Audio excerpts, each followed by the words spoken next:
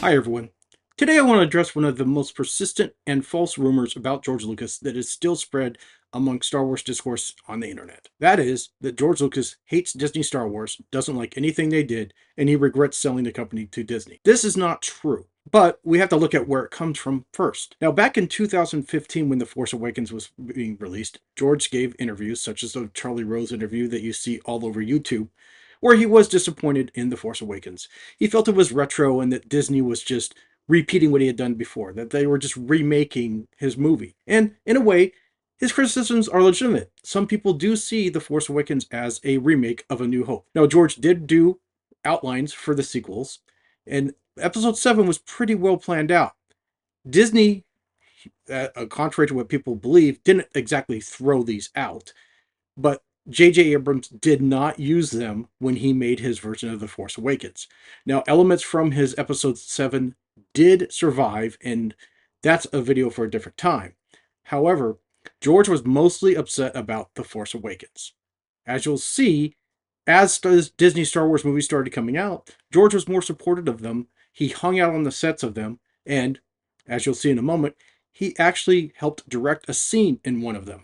Perhaps the greatest example of George Lucas being okay with what Disney was doing with Star Wars comes from probably the lowest grossing Star Wars movie of all time, Solo, A Star Wars Story. Now, that's a whole different tale for a different time of the drama behind the scenes and how Ron Howard came to direct that movie. And I'm not going to touch that right now, but Ron Howard was directing the movie, and Ron Howard and George Lucas have a long history.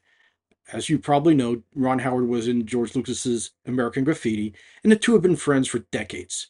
Following the end of the original trilogy in the mid 80s, George Lucas was moving away from Star Wars.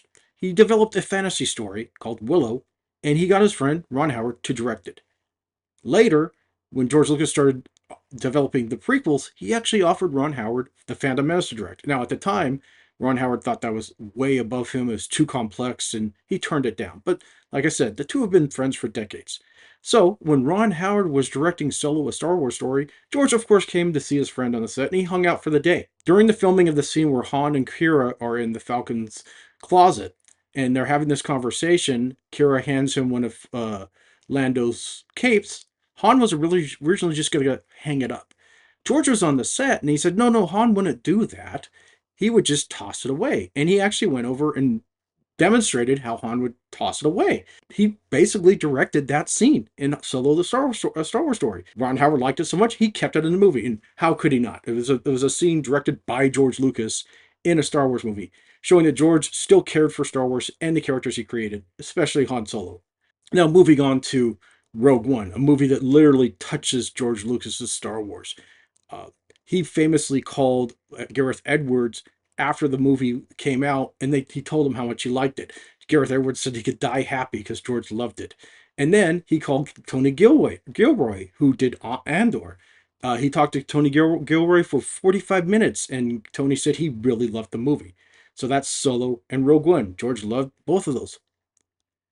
Now, when we get to the internet's favorite Star Wars movie, The Last Jedi, this is going to be a little bit controversial, and people twist what George said as a put down for the movie because they absolutely have to hate this movie just to keep their grift going. So, when The Last Jedi came out, George Lucas's rep said that he thought it was beautifully made. Now, people take that as a him putting it down, but actually, and again, this is a video for a completely different time, a completely different discussion that we will have eventually.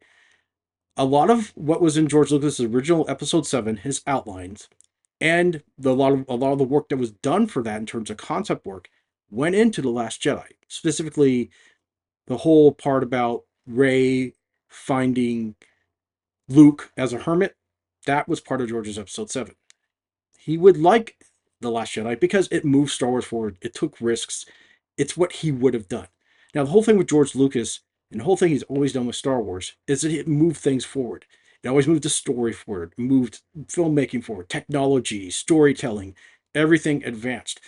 So when The Force Awakens came out, there was an empire, but not an empire. There were X-Wings, there were TIE fighters. It looked like, just a new version of A New Hope, desert planet. And it didn't move Star Wars forward. It didn't do anything different. So, of course, he didn't like it. But movies like Solo, Rogue One, The Last Jedi, he tended to, it looks like he liked those a lot more than people want to believe. So because they were doing things new, they were trying to do new things, they were trying to move Star Wars forward, they were doing new ships, new characters, and that sort of thing. Like if you were around for the original trilogy, one of my fondest memories of each movie coming out is there were new ships, there were new things, there were new vehicles. I mean, Return of the Jedi was amazing with all the toys coming out because you had the B-wing, you had all this stuff, and it was new, it was different. George always moved forward. Now, his sequel trilogy, people probably would have hated because there probably would have been X-wings, there would have been TIE fighters, there would have been familiar stuff. It would have been very different, like the prequels were, and people hated the prequels, and they pushed George Lucas out of Star Wars because of that. So again, George Lucas seemed to not be happy with what J.J. Abrams did with The Force Awakens. He played it safe. He did a movie, as George said, for the fans. But as the Star Wars movies went on, he tended to like those. And when we get to the TV shows, it's even better because George's Padawan, Dave Filoni, was making the TV shows, and Dave has even said that George, who hung out on the set of The Mandalorian, he was there on the set to see the live action debut of Ahsoka. Um, Davis said that George can now watch the shows as a fan, and he created Star Wars, but now he can sit back, relax, not be stressed out about people on the internet, saying that he destroyed their childhood and that sort of thing. He can watch it as a fan, and he's been on the sets for the Mandalorian shows and for Ahsoka. So all the evidence from the filming of the Star Wars movies and the Star Wars TV shows shows that George Lucas doesn't hate Disney Star Wars. He was not happy with the first Disney Star Wars movie, The Force Awakens, but Rogue One, Solo: A Star Wars Story, and The Last Jedi, and The Mandalorian, Ahsoka, and those TV shows, he seems to appreciate them and not hate them. So if you like this deep dive into Star Wars myth that's not really true, I'll be doing more. So be sure to like and subscribe, and I'll see you all later.